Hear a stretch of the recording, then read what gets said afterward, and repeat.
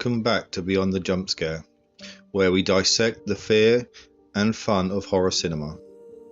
We are right in the middle of our Yuletide Terror series, tackling a classic Christmas horror movie every week. I'm the Midnight Clerk, here to catalogue your deepest holiday fears. Last week we talked about the atmospheric brilliance of Black Christmas, 1974, the original slasher blueprint.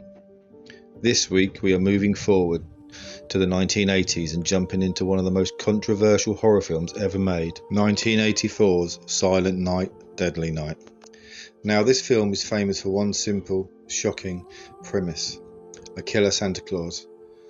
When this movie came out, it caused chaos.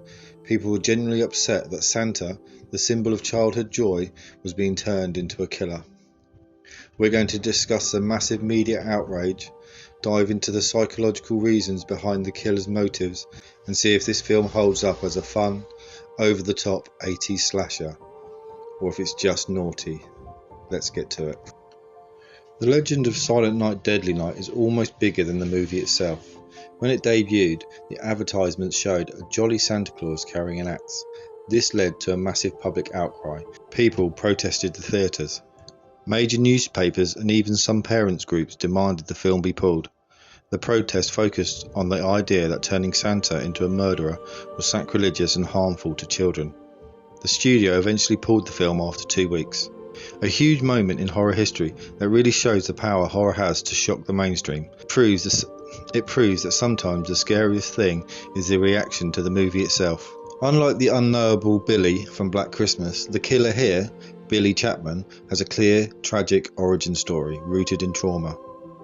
The film spends a lot of time showing his childhood, witnessing his parents' murder by a man in a Santa suit, and then being raised in an orphanage by a strict, abusive mother superior, who equates all human contact with sin and punishment. This is pure psychological horror setup. His mental break, triggered by putting on the Santa suit as an adult, is a direct result of his repressed childhood trauma. It gives the film a clear, if twisted, motivation. This film is a perfect time capsule of the 1984 slasher movies. It has the fun, high-energy 80s feel, even if the premise is dark. The kills are often over the top and inventive. We're talking about pure, practical effects. The scene with the sleigh ride and the axe is iconic and memorable. It doesn't rely on suspense the way Black Christmas did. This movie is focused on delivering the special effects and the payoffs.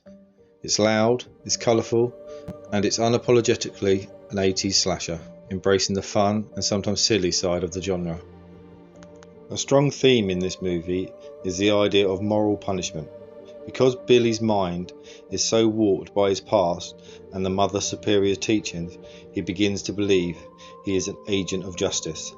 When he sees someone doing something he deems naughty, which is often anything normal adults do, he takes it upon himself to punish them. The infamous line, "naughty," right before a kill, is what drives the whole film. It uses the traditional Christmas theme of Santa judging children and twists it into something terrifying, where the judge is completely broken and out of control. The use of the snowy, small-town Christmas setting is crucial to the film's success. It's a beautifully photographed backdrop of twinkling lights and perfect snow. This bright, innocent setting provides a fantastic contrast to the gruesome violence. It shows how horror can invade and corrupt spaces that are supposed to be safe and cheerful. This contrast is what makes Yuletide Terror so effective. It takes the happiest, most familiar holidays and turns it into a scene of dread. The violence feels so much worse because it's happening right next to the Christmas tree. And what about the film's wild legacy? Silent Night, Deadly Night is one of those franchises that just gets stranger with every sequel, which is actually part of the fun of the 80s and 90s horror. The original 5-film run is one of the most creatively messy franchises in horror history, with each new entry diving headfirst into absurdity. The first film introduced Billy Chapman, but the sequels expand the mythos in truly bizarre ways. Part 2, Better Watch Out, 1987. This film is arguably more famous than the original. It shifts focus to Billy's younger brother Ricky, who follows in his murderous footsteps. Now, this is where the series gets truly infamous. Due to budget constraints, the filmmakers ended up using over half the film's runtime as recycled flashback footage from the first movie. It's less of a sequel and more of a highlight reel and a memory dump. But here's the kicker. The new material is absolutely unhinged, giving us an iconic meme-worthy, completely overacted moment where Ricky yells, "Garbage day!" and fires a gun at a poor man taking out the trash. The sequel's sheer B-movie energy, coupled with Eric Freeman's performance, turned it into a cult classic and viral sensation. If you're looking for a so bad it's good experience, this is mandatory viewing. Part 3, Better Watch Out, 1989. Also titled Silent Night, Deadly Night 3, Better Watch Out. This one takes a sharp left turn into psychological thriller territory, but in the most bizarre way possible. Ricky's back, but he's been in a coma and is now blinded.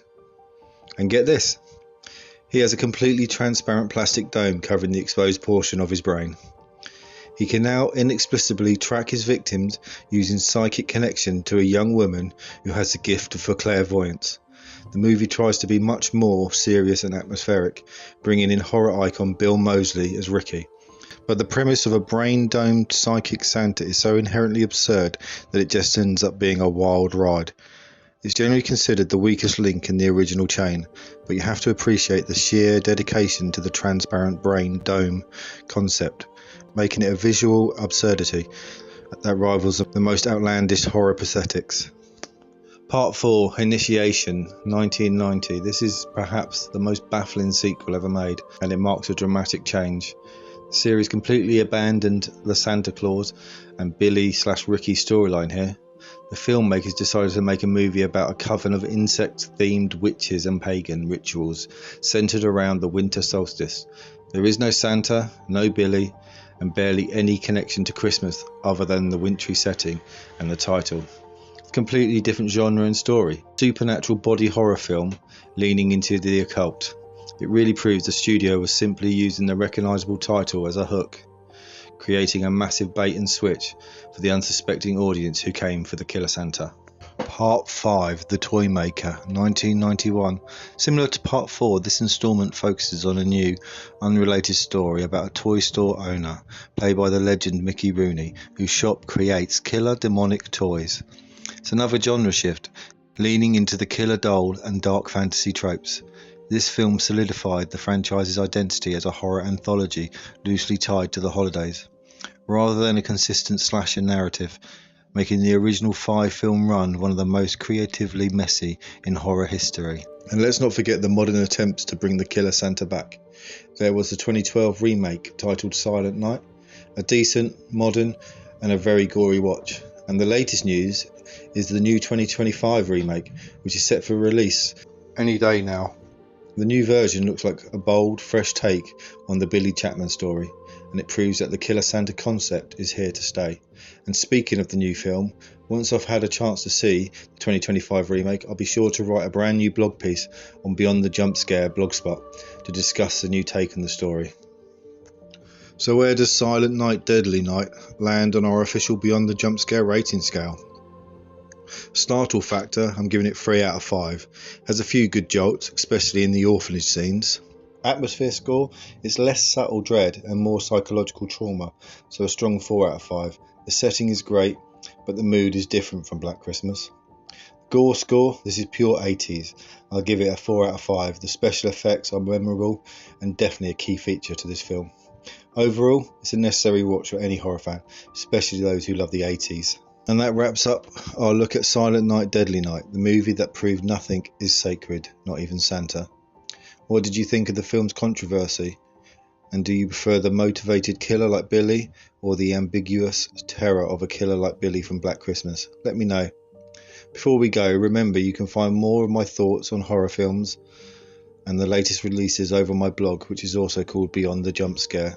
I'll be posting new written pieces soon to go along with the episodes. And for daily updates, behind the scenes content, and to weigh in on what I should cover next, you can follow the show on Instagram. Just search for Beyond the Jump Scare. I always check my DMs, so send me your favourite Yuletide Terror movies. Next week, we'll be taking on a slightly different turn for our third film, moving from pure slasher to a fun, chaotic creature feature, 1984's Gremlins. Since that's one of my favourite holiday horror comedies ever made, we'll dive into the rules, the mischief, and the legacy of Gizmo and the monsters, especially with the recent success of the animated series Gremlins Secrets of the Mogwai. It's going to be a blast. Make sure you subscribe so you don't miss it. Until then, stay safe and remember to check your stockings and stay beyond the jump scare.